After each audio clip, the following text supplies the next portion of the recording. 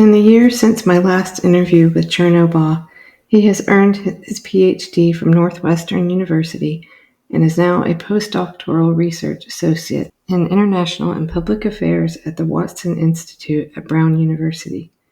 Chernoh's list of accomplishments is extensive. He has written several books, with a new one, Democracy Betrayed, coming soon. His first book, Neocolonialism in West Africa, was published in 2014. His second book, The Ebola Outbreak in West Africa, Corporate Gangsters, Multinationals, and Rogue Politicians, was published in 2015. You might imagine he has drawn the ire of some powerful forces with such topics. Chernoh also co-founded the Africanist Press 22 years ago.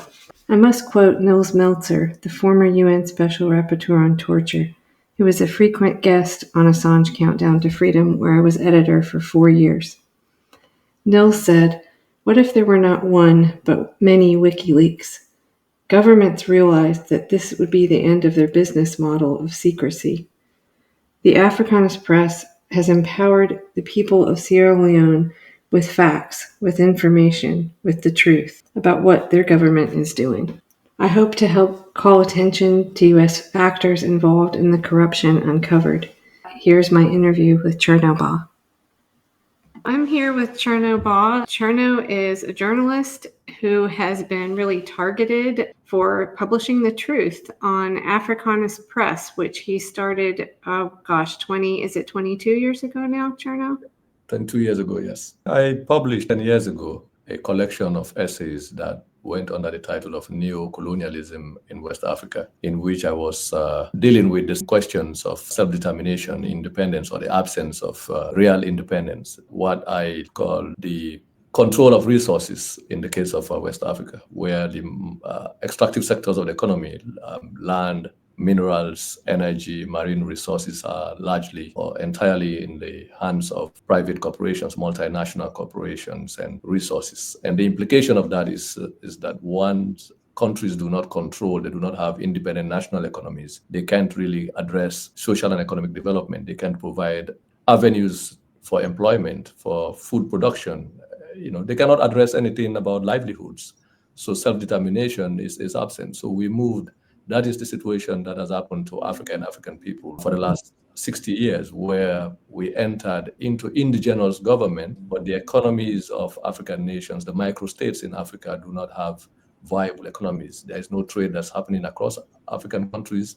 Much of what we call trade is exploitative relations, the extraction of wealth and the transportation of that wealth to Europe, to North America, and increasingly to Asia, by multinational corporations. And the consequences of that is felt on the indices of poverty and underdevelopment that we continue to experience, that keeps rising on a yearly basis, to the point that now African economies are heavily indebted. They borrow money to run, and all of these debts also do not end up in the countries. They end up in tax havens, looted by the very corporations. So it's a crisis of development. Is a real crisis that has its toll on infant and maternal mortality. The Human Development Index has become horrible. In countries like Sierra Leone, the majority of the population is, more than 85% of the population is a youthful population between the ages of 15 to or 35 to below. And the reason is not because they are newborns, it's because the average lifespan of a man and a woman is still under 40 years old.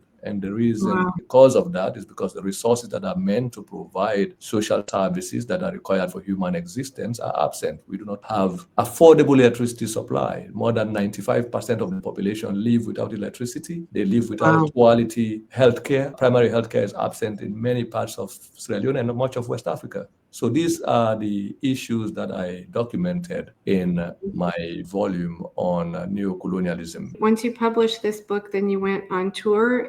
Can you tell the story a little bit, how you landed at Northwestern? Or you first toured with this book, and then there was the book on Ebola. Was that the one that brought you to Northwestern? Oh, yes. I published in 2013 was when I published the essays on neocolonialism, and I was doing a tour of Europe and the United States talking about the book and the conditions that the communities in West Africa where I work or where I worked at the time were facing. Part of my objective was to help draw the attention of the world to the realities on the ground, to report to them stories that are actually not making it into the international media. So it was in the middle of that tour that the Ebola outbreak occurred. I've got a clip. This is really how I met you, through Sam Husseini. This is a clip from the interview he did with you about the Ebola outbreak. The narrative is that individuals who traveled to Guinea from Sierra Leone, caught the virus at the funeral and then transported it to the neighboring countries. So that is how both the origin of the outbreak and its chain of transmission was told by these German scientists. Let me just clarify. Their story is that it started in Miliandu, the top arrow here, which is a small village in Guinea. And then his grandmother allegedly went to Gekedu, yes, which is actually closer to Sierra Leone.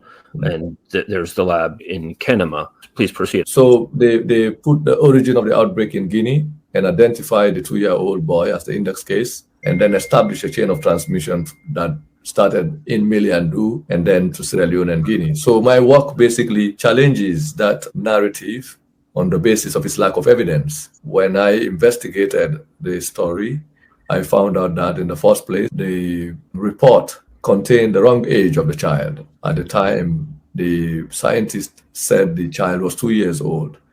And vital records on the child shows that at the time of his death, he was 18 months old. That the age aspect is important because it speaks to the ability of the child to participate in the reported act of bat hunting, which may have triggered, in their own view, the outbreak. So the report also made no mention of other crucial family members, including the father of the child, who at the time had taken care of all of these supposed index case of the virus and was never sick. And not only that, even healthcare workers in the village, the doctor in the local clinic who had taken care of the mother of the child, and the child himself was also right there, not affected or infected with any virus. So you can kind of see, if you're just learning about Chernoh and his work, that he kind of shakes things up a bit. Chernoh's been exposing corruption and just trying to get to the root of stories for a very long time. And that has earned you some enemies, I guess, and targeting. Do you want to talk a little bit about the Ebola book and then how you ended up at Northwestern, or wherever you want to take it from here, Chernoh? Yes, it was never my intention in the first place to write a book on the outbreak, but when I witnessed the human catastrophe that was taking place and our effort to highlight or assist and how the government, I was disappointed with the governmental international response to the outbreak. I felt that there was negligence on the part of national leaders in the region to respond to prioritize the outbreak, and I was also disturbed by the militarized approach to the response, both from international organizations and the local authorities. I tried to send a shipment then when I saw healthcare workers at the time were dying without personal protective equipment, and I contacted the office of the president of Sierra Leone and told them of my intention to assist. So I had mobilized medical support from private organizations in the United States that were loaded in 4 containers from Pennsylvania and Philadelphia that were set to be shipped to Sierra Leone. So I contacted government authorities in Sierra Leone with that intention to help. They agreed. So we shipped one of the container, and they were on the promise that they were going to pay the shipping fees once the container arrived in Freetown, and they never did. They kept the container and argued about the political implication of the shipment. They felt that because they considered me a critic of the government,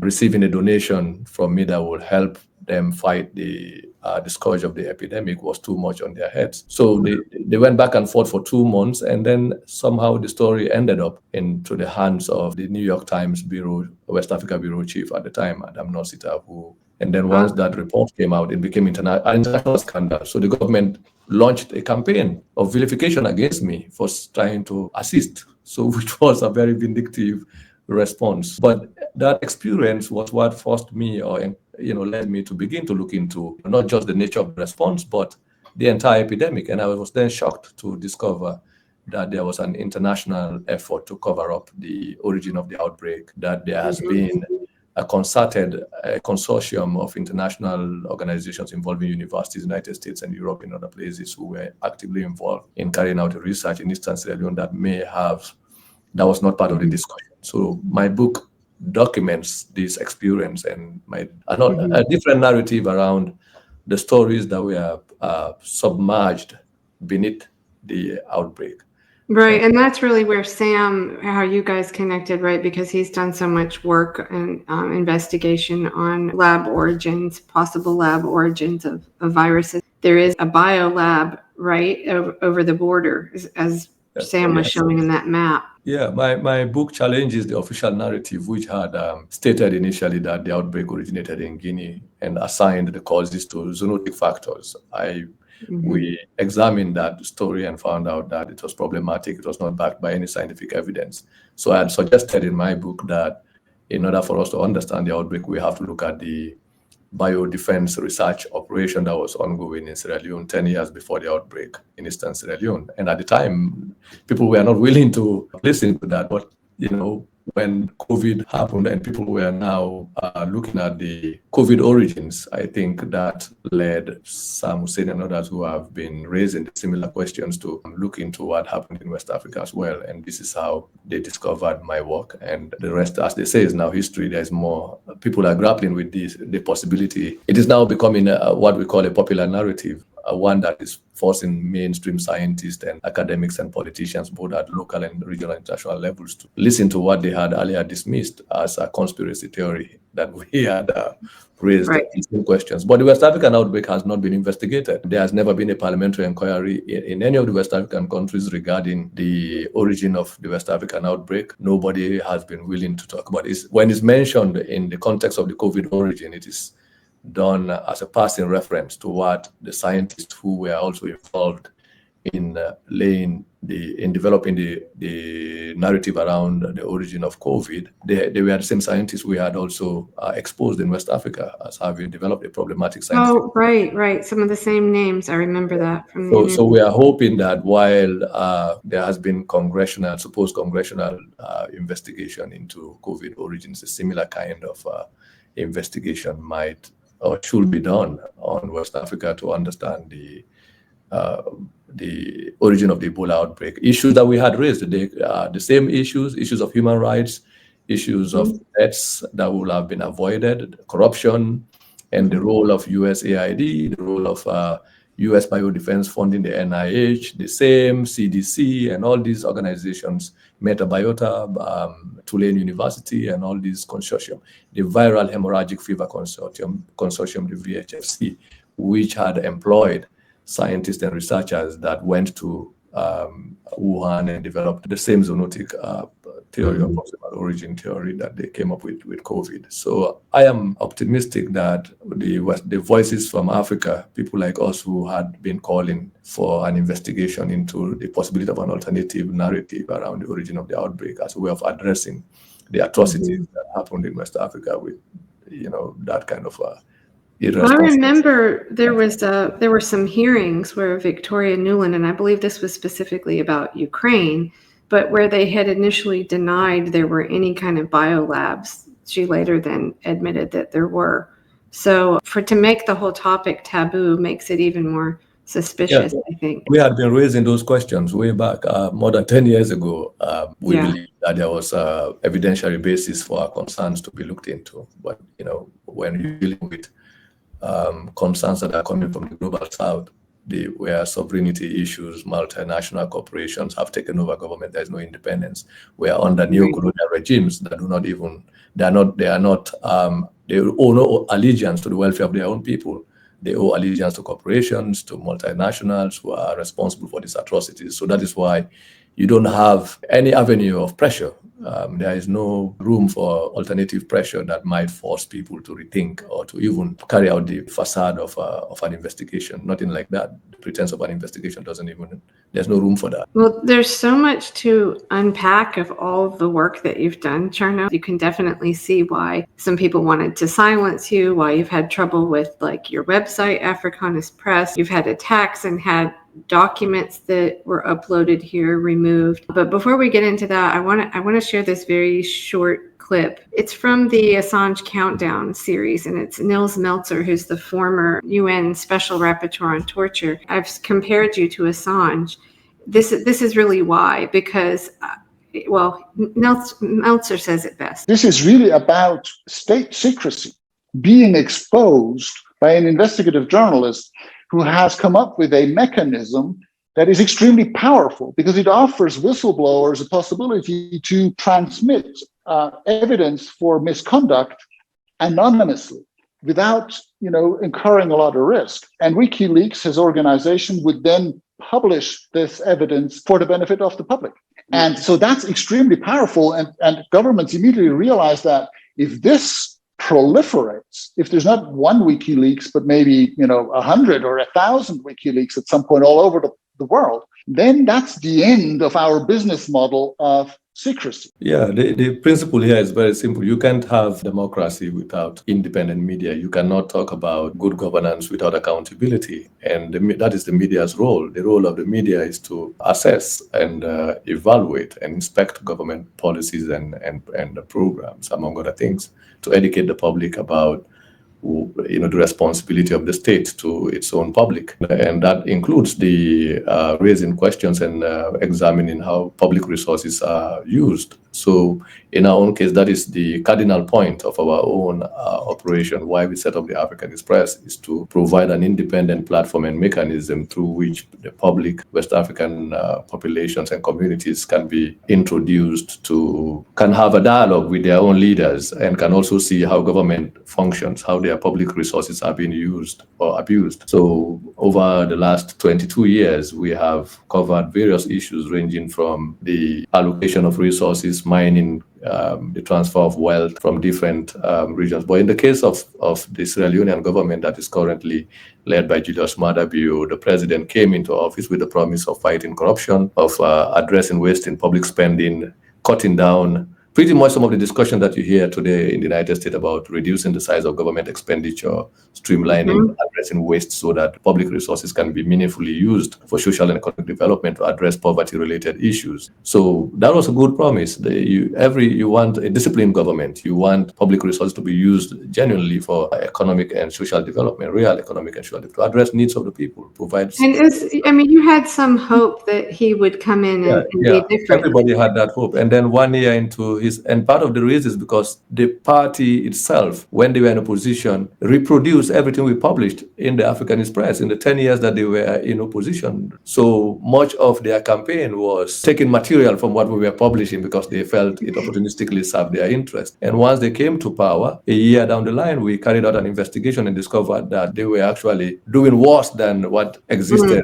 before they came to power. And we highlight this is what triggered our investigation and why we published. We did not just say that the government has moved away from its promises that they promised to address. In fact, they've worsened the payroll, they've blown up the public payroll, they were misusing money, appointment and stealing money and using travel as a means to ship money out of the country, in addition to corrupt infrastructure and contracts and corruption involving international and multinational corporations. So we are alarmed by the evidence that somebody who promised to fight corruption was himself now a protagonist of a grand corruption that was right. And they fired a lot of people in the finance. Yeah, when we publish these details, you will expect that a reasonable government or a genuine approach will have been to address the issues. Instead, the government started a campaign of harassing civil servants who they felt were responsible for leaking information to the Africanist Press, and they fired over 170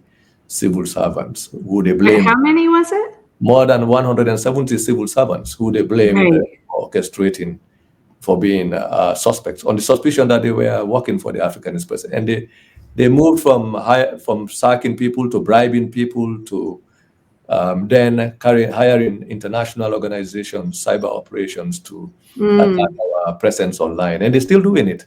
They still, it involves different mechanisms to the extent that now it's not just a localized operation. It's a multinational operation involving and financed by active U.S. government. Right, and we'll get into that in just a minute. I want to, so the two main things as far as the finance stuff that Africanist Press exposed was, the thing about the salaries and then people being fired that were trying to uncover any corruption, and then also this whole thing with the Office of the First Lady being given funds. And the information came from the Bank of Sierra Leone, right? Do you want to talk about that a little bit? Oh, yes. The Office of the First Lady of Sierra Leone is not a government institution. It's not an institution of government. It's not the creation of any parliamentary instrument. So it is just what you call it, a position of social convenience. You become a first lady because you're married to the wife. The spouse of a president, whether a man or a woman, is not entitled to public funds. That is what the law says. So the first lady, in this case, the wife of Julius Maada Bio, Fatima Bio, was conscious of that fact, and she had initially said and denied, when rumors were going around that she was a recipient of government funds, she denied that she wasn't receiving government funds. And then when we investigated, we uncovered numerous accounts that were set up from the Central Bank of Sierra Leone, the Bank of Sierra Leone, to the Rokel Commercial Bank, other government commercial banks, and private banks where she had multiple accounts in the name of the Office of the First Lady, was receiving government funds, active budgetary allocations, which was illegal under the laws of Sierra Leone. And this was done secretly because nobody knew. It was never a parliamentary, Parliament never approved such expenditure.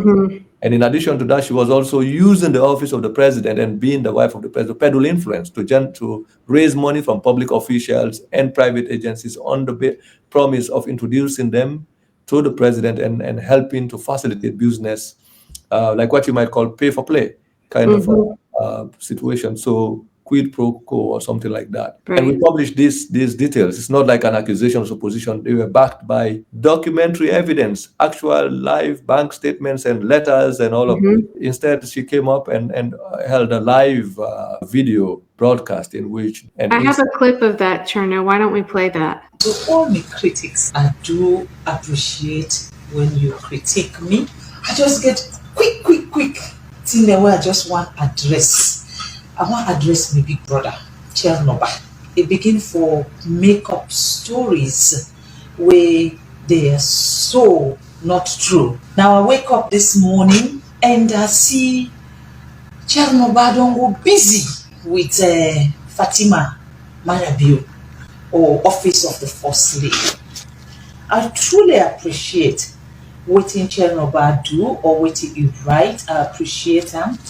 So I just want for re-educate them again so that it will understand, say, when we say we do investigative journalism, we for do investigative journalism with fact and not fiction and no malice.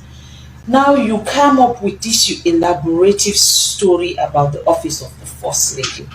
When I read all of the nonsense where I read, at first, I just say, you know what, it's a garbage. Just put on a bin and go.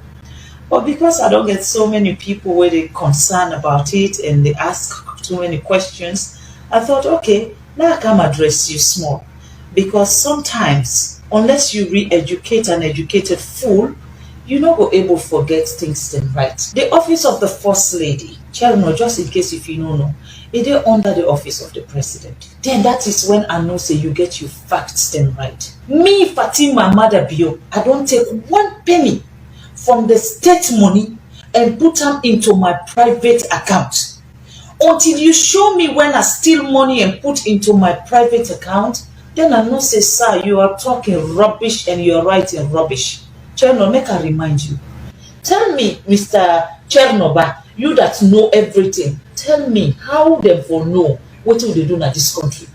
Today, Sierra Leone is one of the best countries where the world they make us an example today. You know why? Because we are transparent and because we come out and let the world know, say, this government is a different kind of government. And the reason why the president empowered the First Lady, just because you don't know, but Mr. Bah, now because we president believe in equality, gender equality. Chernoh, go get your facts there right. Because you know what? We get a whole lot of gullible people the way you lies them, will just traumatize them and will just add, stress for them. If you cannot solve this country in problem, don't add stress for our people. So it's just, it's not a funny. It's terrible, but it's almost funny the way that she just like you're stressing people out with the truth. Don't let people know the truth, right? Yeah, public officials are not. I think it's two things. The basic thing here is they did not expect that they were going to be caught the way we caught them with the kind of irrefutable evidence. So the only strategy they have is to not just attack ad hominem attack, insults, and the unprincipled uncivility, the banality of corruption. That's what it is. When public officials are accustomed to stealing money with impunity, and they've been doing it for a long time, is the modus operandi of the state. That's why, the public office gives them the license. Political power is a license to steal public wealth. So when they get held to account and they are not used to that, they resort to violence. And violence you were threatened. Can you talk about that? Of various forms. It could be psychological, verbal. Since this broadcast, we've witnessed all kinds of attacks, and those attacks have escalated and have lasted for 4 to 5 years now, ongoing, repeatedly, involving the hiring of foreign experts, include death threats, messages, attack on our website, a multiplicity of attacks involving all sectors of the elite, from professional groups, lawyers, clergymen. We've had a situation where a Catholic priest once even threatened that he was going to be killed, and I will be describing explicitly in a message, WhatsApp message, how I will be killed and buried, and even that my bones will be exhumed and ground into powder and made into what we call kush, some kind of a synthetic drug that would be. So these are humorous, but it's the texture of the kind of response that we have received, the typology of violence that has been deployed against me and the Africanist Press, just because we committed to speaking truth to power, exposing, not allegations, but exposing evidentiary, the evidence of corruption. And we've been relentless in doing that in the midst of all these escalating violence that has been sponsored by multinational corporations who have been very determined in taking my life and the life of anyone who they think is part of the Africanist Press. So they have not succeeded in doing that, but it's still ongoing pressure, to the extent that now they've cut down my relationship with Sierra Leone. They forced me into exile in the United States, where I've not been able to go home. You don't feel safe going back there. And the threats have gone to the extent of even staging violence in Sierra Leone. They organize and orchestrate violence, and to try to tie that violence to the work that I do. They kill people and pretend that the result of the violence, the result of the state-orchestrated protest that is done by the very politicians who are stealing money, and with the advice of the multinationals and foreign intelligence operatives that they've hired who are assisting them, they stage this violence with the hope of tying that violence to the reporting of the Africanist Press. And we have said explicitly that we are not a militant organization. We are a group of academics and journalists, people who have a long history, a consistent history, dating more than 20 years of reporting on the same questions of human rights violations. And each of these politicians who are now fighting to crucify me and kill me and shut down the Africanist Press have at one point or another reposted or republished my work. But now it has got to the point where no political organization in Sierra Leone, no political party that has been in power in the past or that is now in power in the present, they formed a united front in fighting against the Africanist Press, because they now realize that our work is not for the interest of any political group, corrupt political group, for the interest of the country. The general mass of the country is designed to protect the wealth of the people and ensuring that leaders should be accountable. They should live up to their mandate. So we can't really fully describe the barrage of assault that we have experienced, and we've complained about it. We've written letters to all kinds of human rights organizations. A few of those organizations have also, after 4 years, have spoken out here and there about the issues that we face, the attack on me. And each time these issues appear to come up, the national and international effort is also being done to stampede it, to submerge it, to ensure that no organization is capable of standing in solidarity with our work. They either get ignored, or some are even crowded out or compromised in the process when they try to speak out. So we have documented not just this open, overt attack on us, but there's also a covert operation, a silent underground operation that is designed to criminalize what we do, and also ensure that pro-democratic organizations, national organizations, genuine voices of peace and human rights, who should be enraged and offended by this kind of impunity that is launched against an independent media organization and peaceful human beings like myself, who have shown a genuine commitment. From the time that I was a child, I started struggling for a peaceful society, for transparency and accountability and human rights. in Sierra Leone since I was a child. My entire life has been spent on the same questions that I'm speaking about. Each and every politician in Sierra Leone who is now determined that I should be killed or I should be silenced, I should be put in jail for doing the right thing has used my work at one point or another, to the point that now, because we've exposed the entire system and its network of corruption, there is nobody that is left that could stand out in Sierra Leone today. That we haven't found a transaction, a bank transaction relating to whether they are a professional lawyer or somebody. Many of them know that we've seen their names on the records, on the bank records of them receiving money from government, receiving contracts, receiving many of the contracts. And this has gone to even involve international organizations, diplomats, foreign diplomats, and other people are all implicated. I guess it would be hard for people to say no to these bribes. I mean, you're dealing with so much poverty. Yeah. Do you remember, I found a clip, I think it was BBC, where they were talking about the violence that erupted around the election. It's August 2022. They don't say your name in the BBC broadcast, but they allude to, I mean, I knew that they were referring to you because they say publications and someone who is out of the country now. So I assume that was directed at you. Yeah, they do that. Not just the BBC, CNN, Al Jazeera, and all of them. And part of it is because the local correspondents of these news agencies who are Sierra Leoneans are part of the racket that we're talking about. We've seen records of Al Jazeera correspondents, foreign correspondents who work for these media agencies who have received the money from government. And we pointed out to some of them, they are Sierra Leoneans. We contacted them. And they said, yes, they can't deny some of that information we haven't published because it's such voluminous information. So what they've been doing, they hide behind the scenes, they help in public relations campaign, lobbying campaign. They provide platforms for the government officials to respond to the work that we do. They mention the reports. They don't even mention the Africanist Press. It's an effort to erase us. Conversation, even though they are trying to cover up the issues, they respond to the issues without mentioning my name, without mentioning the Africanist Press. Is such an anti-intellectual, unprincipled, unethical way of dealing with national questions and problems.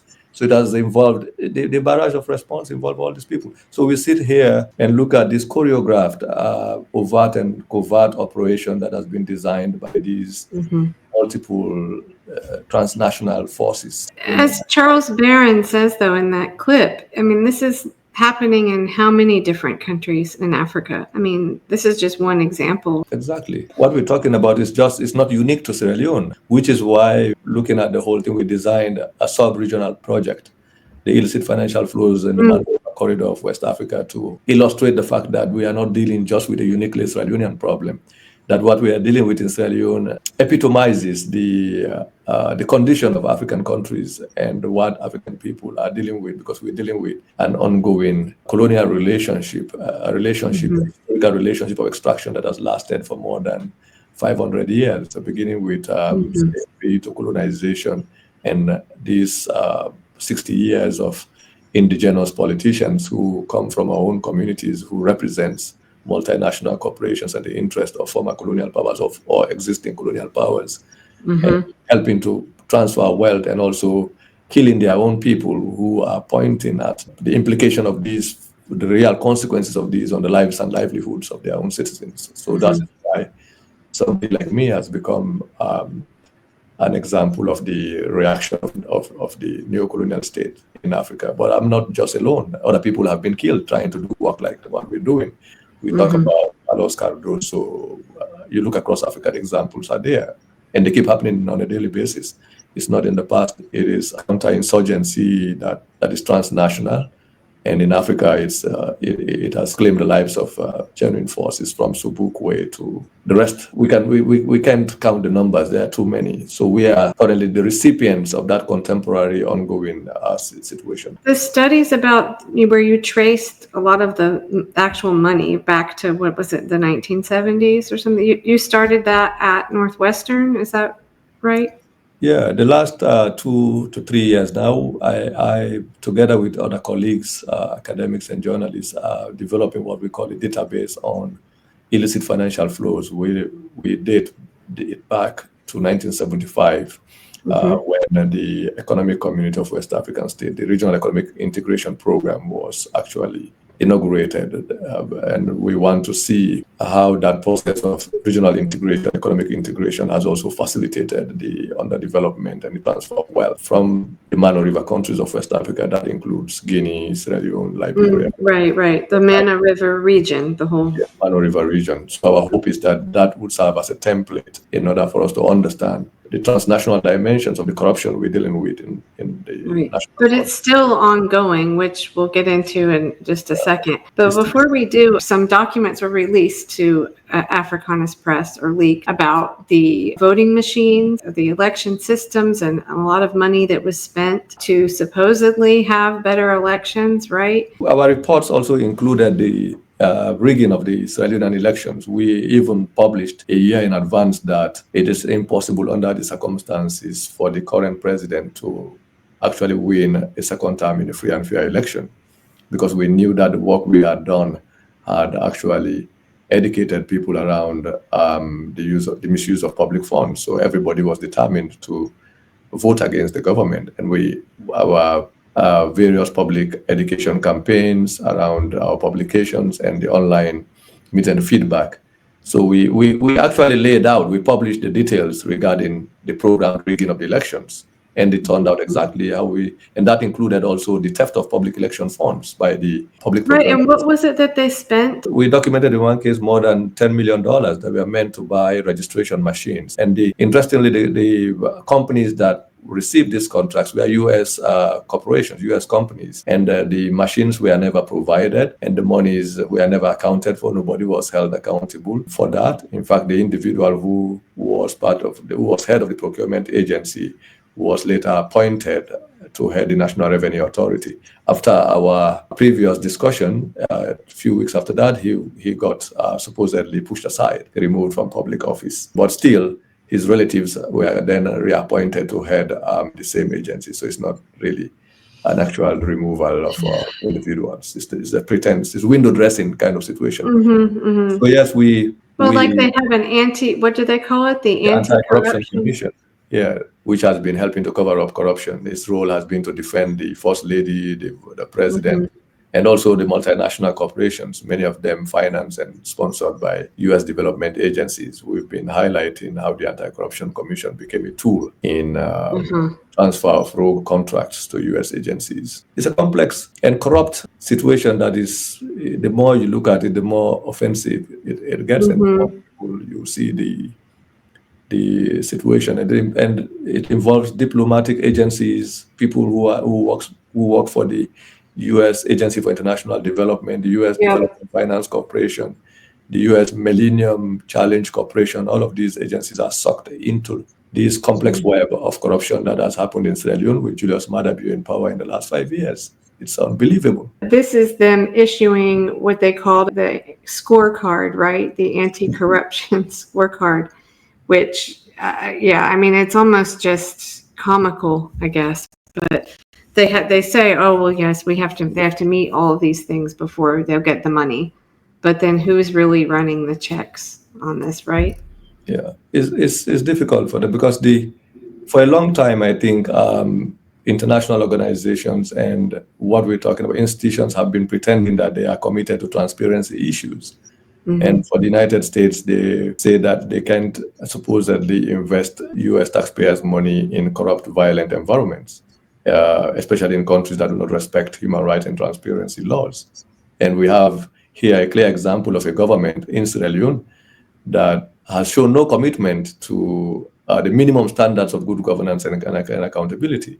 So we've been highlighting these issues, but then the U.S., on the other hand, gives the government a pass, this Millennium Challenge Corporation. And because of our investigation, we discovered why. Because in the course of the last 4 years, the United States corporations that are financed by the U.S. Development Finance Corporation have taken over strategic infrastructure and critical infrastructure and service-related contracts without following transparency laws, with no bidding, no public tender. So they corruptly awarded U.S. corporations, shell corporations for that matter, registered in Lebanon, in Turkey, and various other places, who took over the airport, and various service-related contracts in agriculture, health, and mining, and energy contracts. and they've piled on debts in Sierra Leone. The monies are still unaccounted for. We're talking about billions now in debt. Sierra Leone is indebted to the US government in 4 years. People do not even know about these things. And the conditions under which these agencies took these contracts also violated Sierra Leonean domestic law, international law. They are also in violation of the US Build Act that was passed in 2019 to create the US Development Finance Corporation. So US taxpayers should be even enraged that their government is funding and supporting a government in Africa that is violating human rights, that's adverse to free speech, that is adverse to academic freedom, and also guilty of all these human rights atrocities and human rights violations. That is the government that's been protected and financed and bankrolled. There's also a senator that was involved in, I guess, they sort of, as you said, window dressing, or I consider, just giving lip service to. They said that they were concerned about the integrity of the elections in Sierra Leone, and there was a letter about it. So there's this sort of orchestrated, seems to me, effort to make it look like they're looking into it. But they've been doing the classical example, what people call double standard approach, where one sector of the U.S. Ruling class will pretend that they are concerned about issues of human rights and transparency in Africa, especially in the case of Sierra Leone. But then, on the other hand, officials in the State Department and their agencies, development agencies, are working with the government behind the scenes to take over strategic economic contracts. We talk about double standards as a theory kind of thing, but this is a practical example of where the DFC, the Development Finance Corporation, USAID, and the MCC were embedded in the corruption in Sierra Leone and taking over contracts without following public tender and transparency rules that violated even US law. And at the same time, you have Congress, Senate Foreign Affairs Committee, and supposed congressional officials who were pretending to be writing letters to the State Department and other agencies, asking them to implement transparency rules, good governance rules, including respect for the elections. The State Department even supposedly issued sanctions on people who were beneficiaries of the rigged election and people who helped to rig the election and who were guilty of electoral violence. But then, the following month, we've witnessed more visas issued to public officials who participated in the rigging of the elections. And so is this, and they claim that we have issued visa sanctions, but we can't disclose the names of the people. But then the people who we know are beneficiaries of the rigged election, I call it an electoral coup, are traveling back and forth, holding events in U.S. universities and guests, U.S. government events. I remember one of them, from before. Yeah, to the extent that now the U.S. found out that when we keep exposing U.S. corporations in Sierra Leone and the contracts they have, they abandoned the whole idea of talking about sanctions. They are now saying that, in fact, they negotiated a compromise that allowed 2 political parties among 13 who contested the election to constitute government, to populate parliament and the councils and cabinet without the production of an election result. The same. And they claim that the infractions relating to the elections have been cured because they have developed a compromise that they wrongly call the government of national unity. So we have a government that is imposed on the people of Sierra Leone by these corporations and backed by US diplomats and British diplomats who have negotiated an elite settlement against the popular will of the majority of voters. Up to now, that crisis has been ongoing. So is there anything that was ever resolved with the election system itself? So, obviously the solution is to have an informed public, which you're still working on very hard. But if your vote doesn't count, The U.S. Embassy has been spending millions of dollars on what they call civil society organizations to carry out a disinformation campaign, a campaign meant to reorient the Sierra Leonean public to believe that they should forget about the elections and that they are doing electoral reforms that will ensure that the next elections are going to be transparent. In other words, they should live with the fact that their votes that were never counted in 2023 should be forgotten about. And they should be with the government that has been put in place by the embassies and the foreign corporations and agencies and just continue on. And then they have this agreement of national unity in which they have clause number 7 or point number 7, resolution number 7, which even went ahead to threaten people like myself and other people who insist on the lack of constitutionalism in that settlement, that settlement itself is in violation of the Sierra Leone Constitution. It is against the rule of law. You can't have a public official sworn into office without an election result, without a credible election result. Votes have to be publicly counted and vetted and endorsed by contesting parties. We have 13 political parties that contested the elections, and the government, a parliament was constituted, local government councils were constituted, and people were sworn into office when the election results were never produced. And up to now, they are calling for the publication of the result when government has been they've occupied government offices for more than a year. So the question is, which votes were used to sworn in members of 2 political parties out of 13 political parties that contested the election. That is a democracy. So we've said that is the democracy of the embassies. It's not a democracy.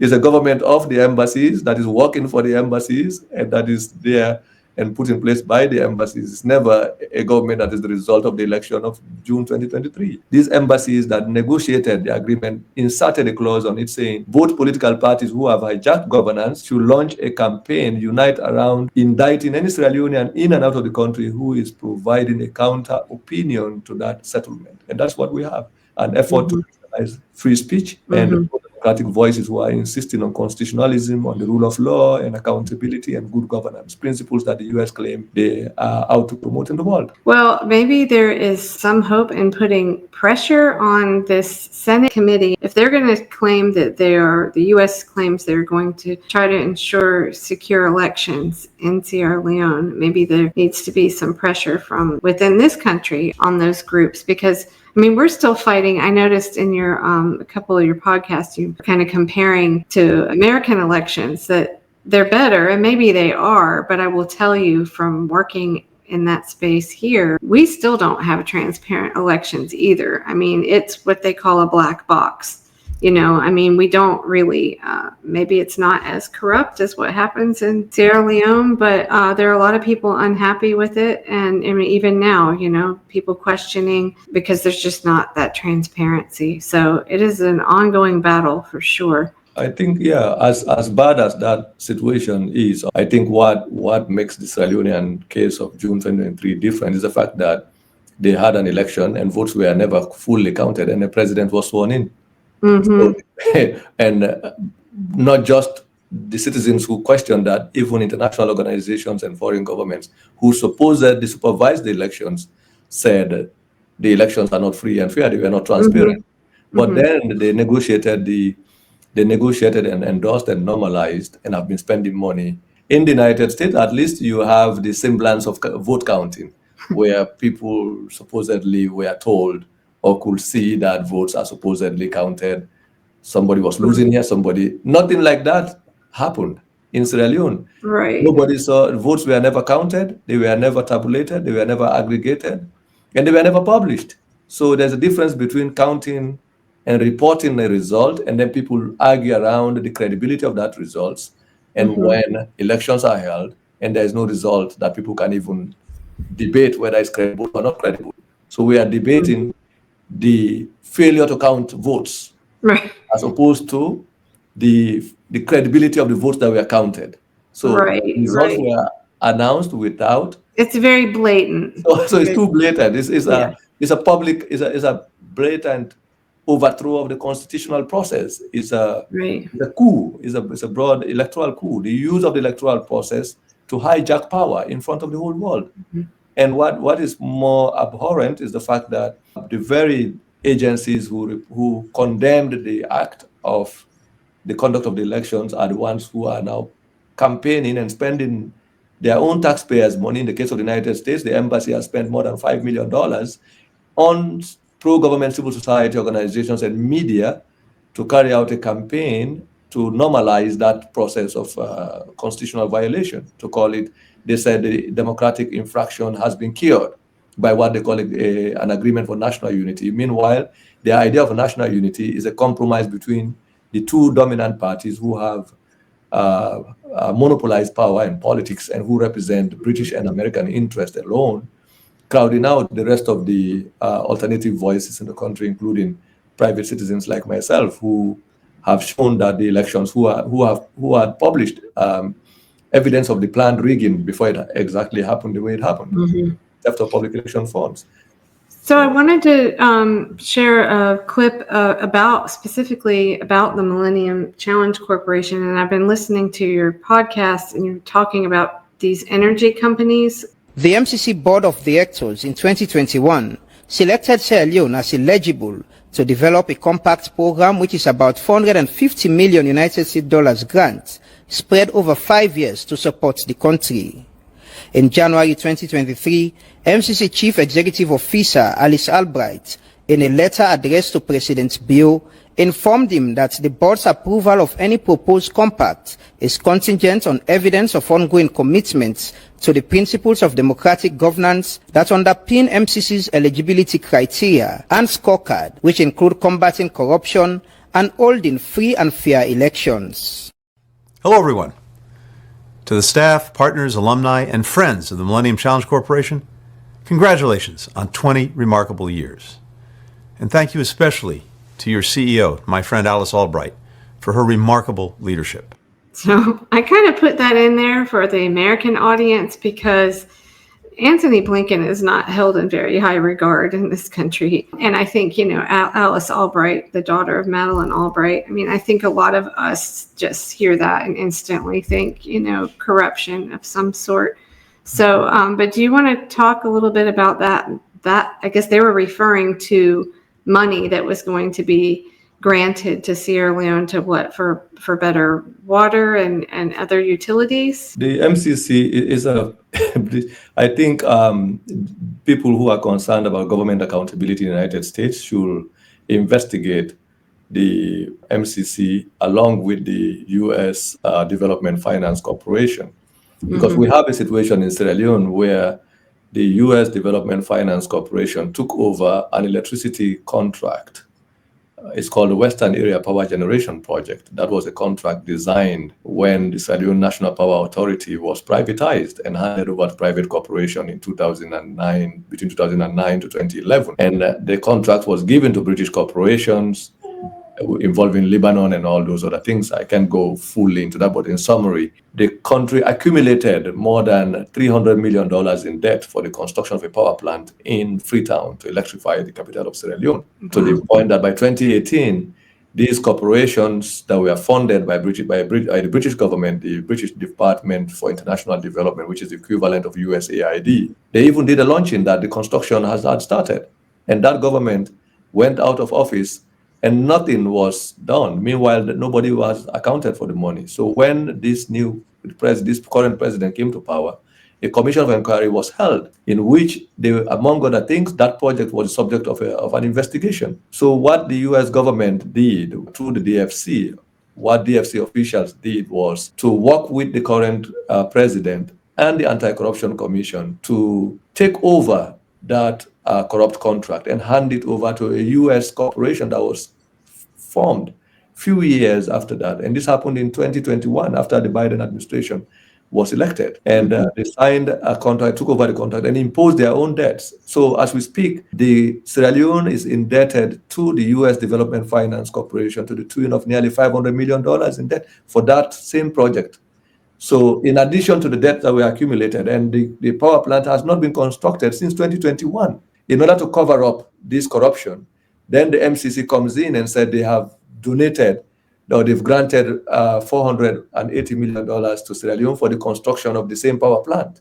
Meanwhile, there has been a launching ceremony in Freetown where the U.S. Embassy, the U.S. ambassador also claimed the project has been launched.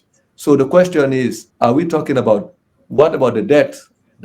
How did the DFC and the Melilla Energy, which is a U.S. corporation that is registered in London and also has headquartered in Kenya. It's also involved in the energy corruption in Kenya, by the way. But it's a U.S. corporation. U.S. funded corporation. Okay. It's set up in a way, and when you look at the publicity around it, the U.S. puts it out as a Kenyan-based corporation, like an African company that is supposedly investing in energy. And this all ties into the Africa Energy Program of the Biden administration, which has been used by the DFC to corruptly acquire strategic critical infrastructure service-related projects that we're talking about. This electricity project in Sierra Leone is just one of it. So it's something we have spoken about for a year in our podcast, highlighting this duplicity and misinformation and deception on the part of the MCC.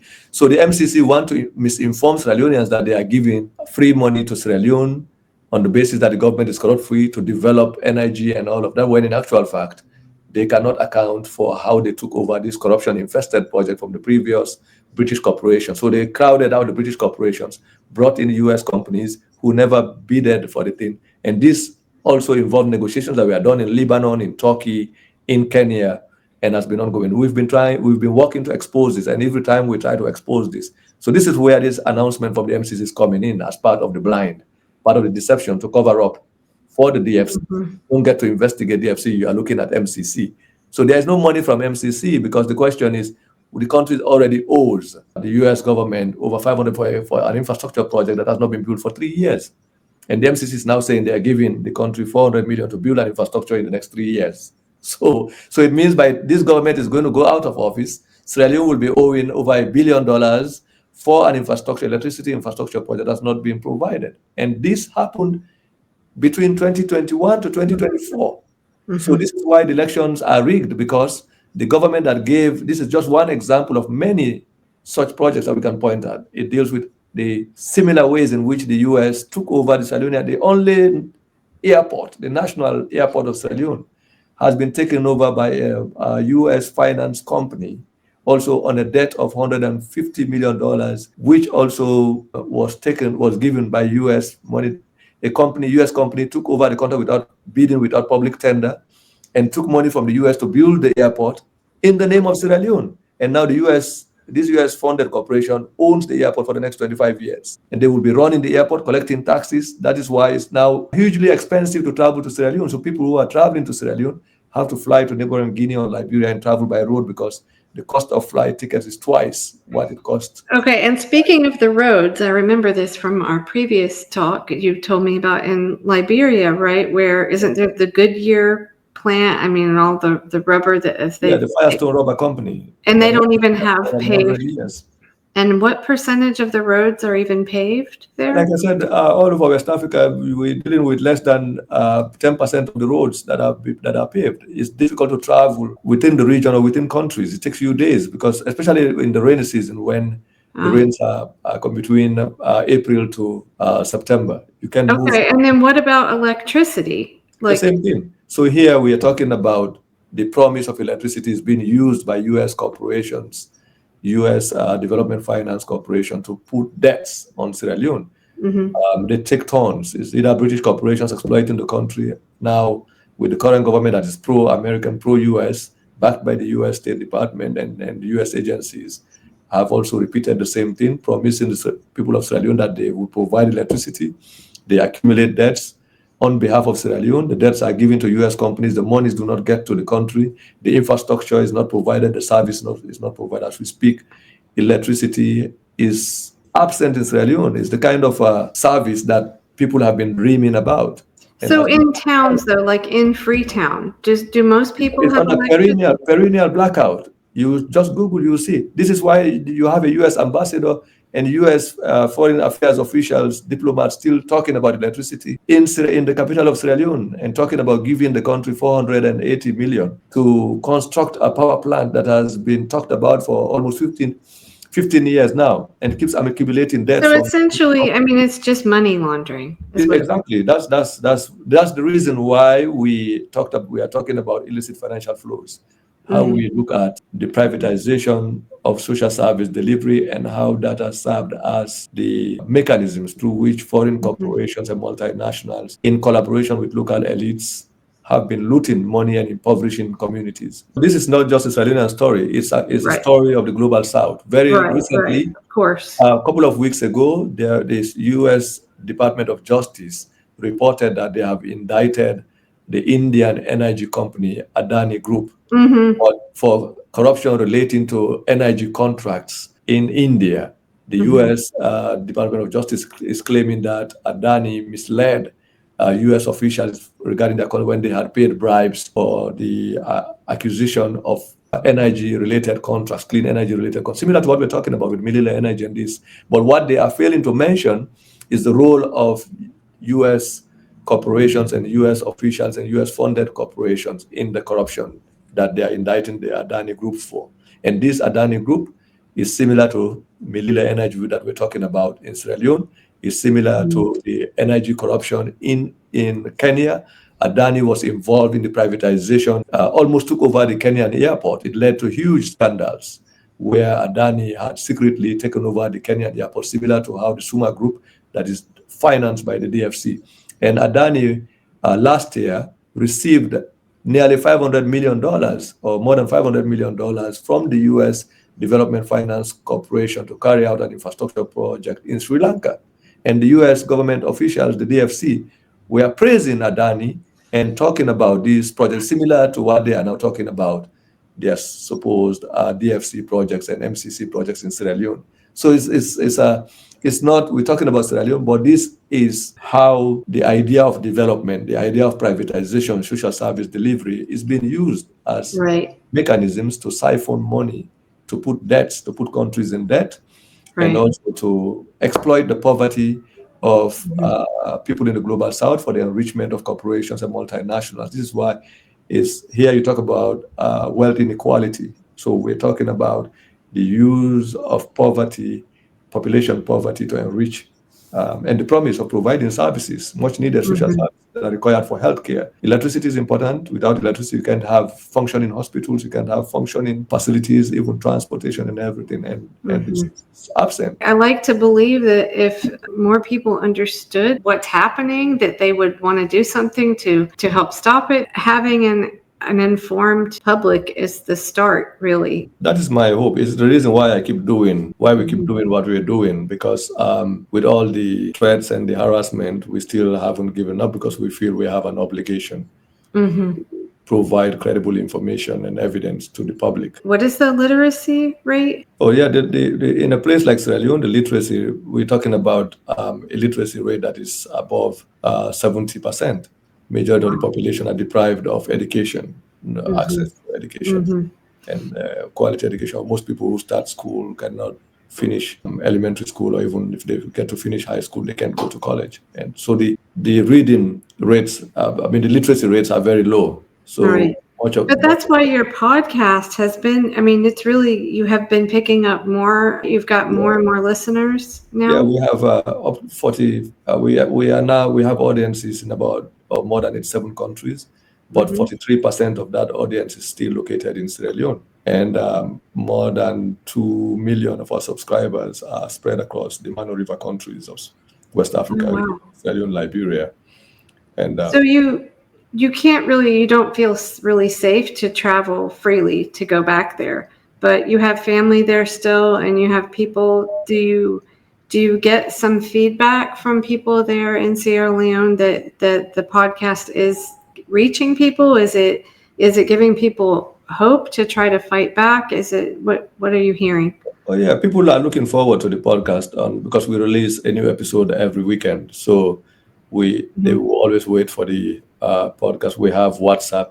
There has been a constant effort by the government and the political groups to cut us out of the media. No radio station in Sierra Leone or newspaper or television station within the country has interviewed me or talked about giving us a voice to participate in the debate. Instead, they provide airtime and opportunities for public officials to stampede our work, participate in the disinformation campaigns. But we've been able to stay in touch with the communities through WhatsApp and other social media avenues where people actively subscribe to our platforms and they receive our content delivered directly to their cell phones. So yes, we get tremendous feedback. There is an ongoing effort to attack our social media platforms. They mess up the algorithms. They try to duplicate our work. They try to, they do all kinds of things. They even attack and sometimes report the podcast platforms on the basis of copyright that doesn't exist. So the platforms have to investigate and then they come back to us and say, no, we found nothing wrong. So these are all different underground or covert operations that they do in addition to the cyber attacks. Well, that brings me to the Torres part. So yeah, that is all that effort is well funded. And so I've got this 1.5-minute clip that I had made from before when we were talking about Torres, and then we can go into that after.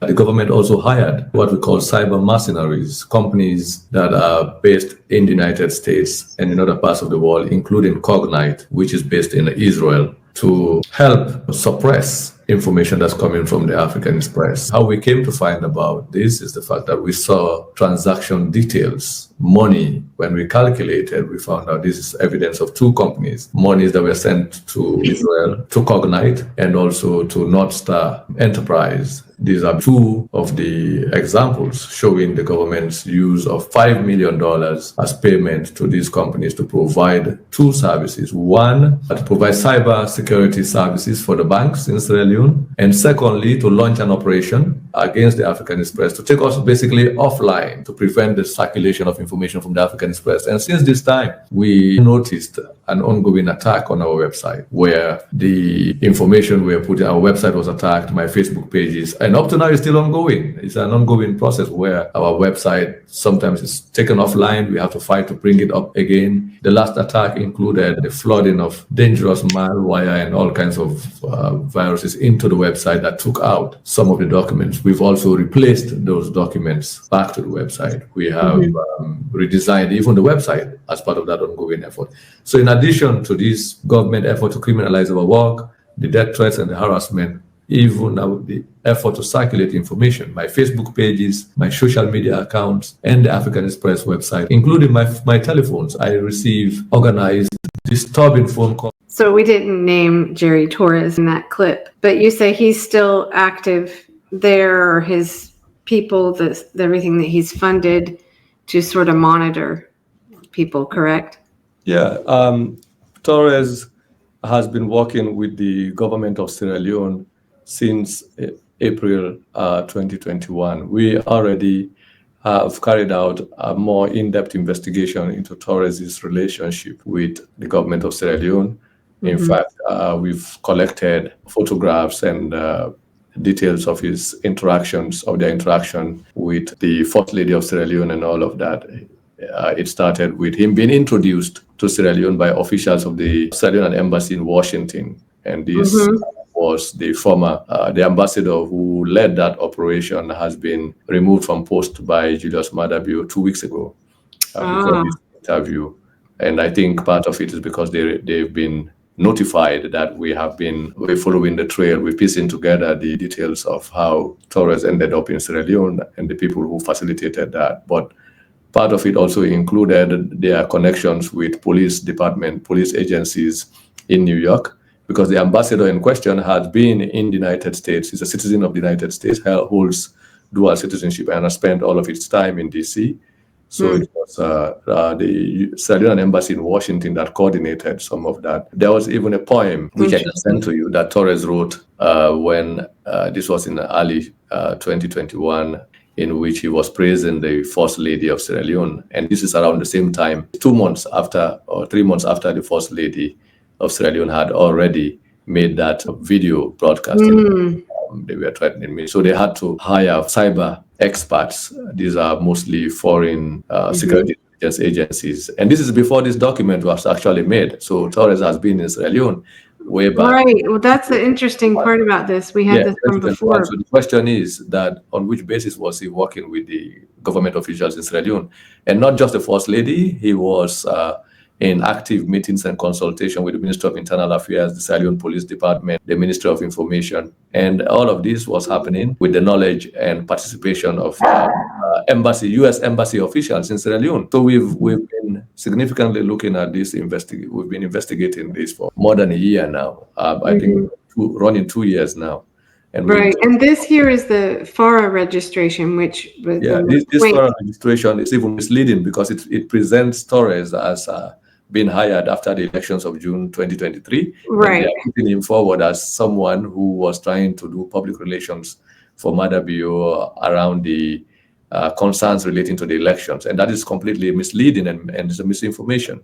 because Torres was already present in Sierra Leone way back in 2021. Long before this registration. Was active in helping to train and set up a cyber unit within the police department, the Ministry of Internal Affairs. We have photographic evidence, we have documentary evidence of him writing about the First Lady, including a poem that he wrote, photographs with him and officials of the Sierra Leone embassy who he named as his friends and named the First Lady as a friend. So we have to, there is need for U.S. officials to also look into the involvement of U.S. private security actors or politicians in the U.S. who have been engaged. And I had written letters to... here's your letter to the State Department. Yeah, to the State Department way back in August of 2023, raising some of these concerns and issues and asking them to look into this. We never got responses from them. You still have not gotten any? Have not. And I'm not the only one who sent these letters. Other organizations, human rights organizations, including the Committee of Concerned Scientists and the American Historical Association, the Reporters Without Borders, the Committee to Protect Journalists, Endangered Scholars Worldwide. Numerous academic freedom and human rights organizations have also raised similar concerns about the violations, the harassment against myself, my life, and my work, and the fact that these harassments have affected my professional life. I'm a historian in addition to being a journalist. I've been unable to travel to any part of West Africa because of these active threats. And these threats are not just coming from indigenous politicians. They are also supported and have the active involvement of international security experts who have been working in Sierra Leone with the government. And in addition to attacking our websites, they're also trying to criminalize our work, trying to tie violence that they orchestrate in Sierra Leone to our work. And I've been warned repeatedly, been threatened repeatedly that if I go to any part of the region, I risk being killed. So I've raised these concerns with U.S. State Department officials that I've met personally. I've discussed it with them.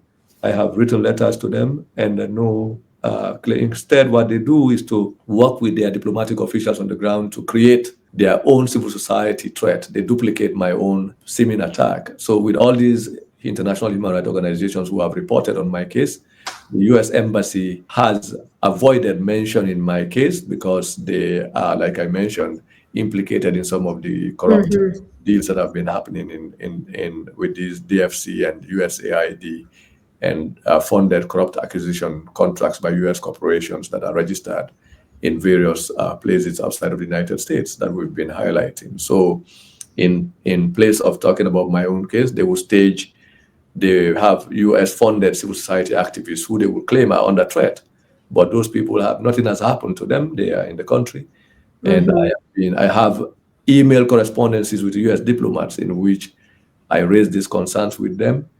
These include former U.S. ambassadors or ambassadors who are there who wrote to me personally that they can't guarantee my safety of going to Sierra Leone. Wow! So I have those correspondences and documents that I never published, but. We have made these calls, and which is internally, and this is when I wrote a letter and published it publicly, so the world will be aware of this. So it took 4 years for even other human rights organizations to be able to talk about this, because every time someone tries to pick up our case, some lobbying effort from Sierra Leone, including people here who are part of the government, part of these corporations, will ensure that human rights organization or that group that is taking up my case doesn't go far with it. So they make sure it doesn't get out because they want to isolate me. They want to make sure that the harassment against me is happening unnoticed. So I've lived with that situation for 4 years. It took 4 years for the Reporters Without Borders, for example, to pick up my case. It took 4 years for the American Historical Association to issue a statement on my case. It took 4 years for the Committee of Concerned Scientists and meanwhile, I've been in the United States. I've been meeting with U.S. State Department officials for 4 years, raising my issues, writing to them. They're meeting with me. They even asking me about the situation and asking me, pretending they are concerned about the situation, and then they do the opposite. So in 4 years, I've dealt with surveillance, I've dealt with harassment, I've dealt with ongoing harassment. My family has also suffered as a consequence of that. And this has happened while I was even a graduate student at Northwestern. Even as I finished my graduate studies, I'm now working at Brown. I still experience the same situation. There's ongoing effort to isolate me, ongoing effort to criminalize my work. Even when these human rights organizations, from academic freedom organizations, including the American Historical Association, have written letters, there's not been a change in my situation. So is there hope, though, I think there's not much difference between the parties in this country is how most of us feel and recognize, but maybe there is some hope with change. Well, because we have seen in Sierra Leone, we've seen the complicity of the U.S. Diplomats who have been active there. 3 ambassadors have dealt with the situation. We've raised these issues and they've gotten worse. And even when press freedom and academic freedom organizations have spoken on my case, for example, it never made it into the U.S. Report. It hasn't made it yet. And not because the U.S. State Department officials who are in charge of the West Africa desks or in the Sierra Leone desk have not been briefed of the situation. They know. They haven't mentioned it publicly, but they've highlighted other people and also promoted other people who are in Sierra Leone who do not face such threats. So we hope that people with conscience, my case here goes way beyond partisan issues. We're dealing with an issue of human rights, issue of justice, of law, accountability, good governance. It's a human interest story. It's a story. I am an academic. I'm also a historian, a journalist. I'm not holding. I'm not a leader of an armed group. I am holding a pen and a paper. I have used my literacy, my education, my ABCs to highlight injustices, to highlight corruption. And we've learned that journalism. All this barrage of assault when people who are stealing public money, who are responsible for atrocities, police officers who are armed and trained by U.S. security officers in Sierra Leone have killed people, and they're not been held to account. They've not suffered. They've not been held for that. Well, we have learned, with the Assange case and with many other whistleblowers and journalists, that the pen, your work is a tremendous threat to power. So maybe the pen's mightier than the sword, or yes, they say that, and we. But I'm hoping that going back to the question of whether the change of leadership in Washington might lead to some self-introspection. Well, I'm still optimistic that there will be people with conscience, that there are still people remaining, even if there are not many, but there should be some people with conscience who will be able to look at the violation of human rights, to look at my case for what it is. It's an obvious violation, and I'm hoping that human rights organizations who have spoken up will continue to speak up on my behalf, and that there are people in authority who should be able to listen, not just to me, but to the other organizations and individuals we have over 200 academics from all over the world who have signed a letter of petition on my behalf. Unfortunately, no one in Sierra Leone, no academic from Sierra Leone, in and out of the country, has signed that letter. There is no human rights organization in Sierra Leone. That's probably fear. Do you think that's out of fear? Yeah? Do you think that's out of fear, though? Well, it could be both. It could be fear. It could also be the complicity of the situation, because they are aware, perhaps, of the gravity of the situation, the forces that are involved, people's level of independence, and how much they are willing to speak truth to power or to recognize justice when it happens. Because we should be able to stand in solidarity with a genuine struggle for justice, or to speak against injustice, regardless of who that injustice is affecting. So we have had, in recent years, I think his name's Josh Paul. We've had, resigned from the State Department. There have been people of conscience, as you say, not enough of them, but they are there. And I think with each one that happens, hopefully that encourages someone else to do the same. Chernoh, it's been so great to talk to you again, and I just admire your work so much and how tireless you are, and I hope that you can continue to do good work at Brown, and they at least are encouraging you and giving you safe haven. It's terrible you can't go home to visit.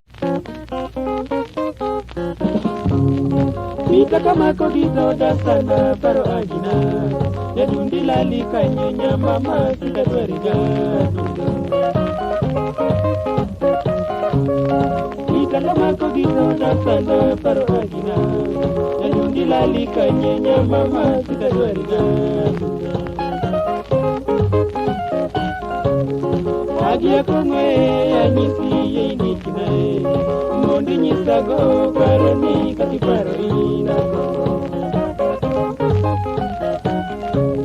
Aworo kaka nimogeni jabare ominitilie Inda liga minga nyama masoka neliga kagwari Akonga penjiga tundo nena kosango Adiresi maratine nyama kato da kinitunae Akonga penjiga tundo nena kosango Adiresi maratine nyama kato da kinitunae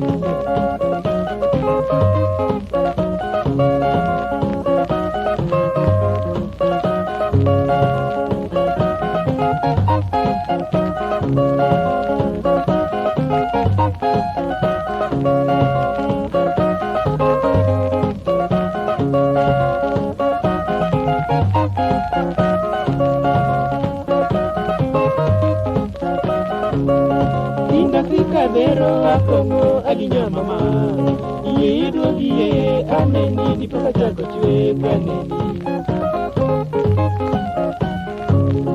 Inda sika vero akongo aginya mama Iye dogi ye aneni di paka chako chwe kaneni Akika lorora kapenji do kaneni ga Ikoro nyeraga kakipenja ngomi benago agine Nyoja diki sumu kaparo nida yudie Tokara kendo alinyo inarobi emaweye akongo Kata kaneno kendi akongo ye nyisae Monda berkangeyo nyaloka chunyo aikomia wekeno Kaneno kendi ya kongo yenyi sae Monda berkangeyo nyaloka chino aikomia wekeno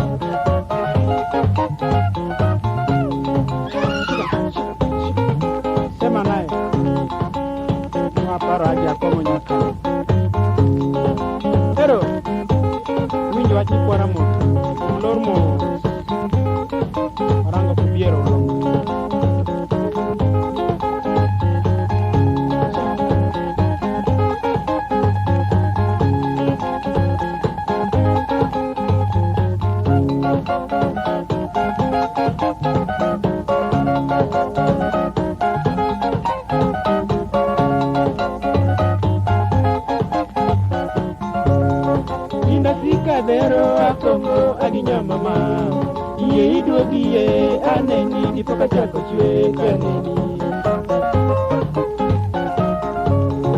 Inafika vero akongo aginya mama Iye idogi ye aneni di paka chako chwe kaneni